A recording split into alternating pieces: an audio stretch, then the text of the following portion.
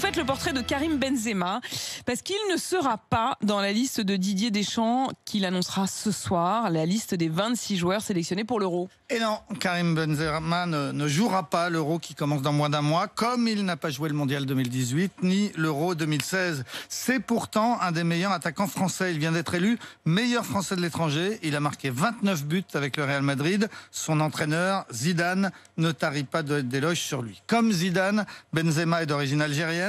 Son grand-père Kabyle a émigré en France dans les années 50. Il a grandi à Bron, dans la banlieue lyonnaise, dans une famille nombreuse. Il était le 7e de 9 enfants. Il était surtout surdoué au foot. Il a vite été repéré par l'Olympique lyonnais. Professionnel à 17 ans, il va gagner 4 championnats avec l'OL. Puis il est débauché par le Real qui lui offre à 21 ans un salaire de star, 6 millions d'euros par an. Et avec le Real, il gagne 4 Ligues des Champions. Dans le même temps, avec l'équipe de France, il connaît des hauts et des bas.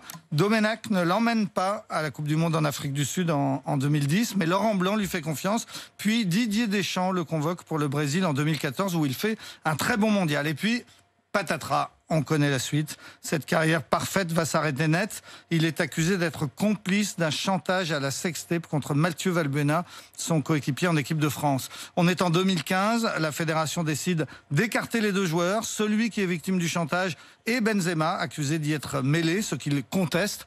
Dans cette affaire, il est toujours mis en examen. Il devrait bientôt être jugé par le tribunal correctionnel de Versailles. Depuis 6 ans, Benzema n'a donc plus jamais porté le maillot de l'équipe de France. On a dit à l'époque que Manuel Valls, le Premier ministre, était intervenu pour qu'il soit écarté.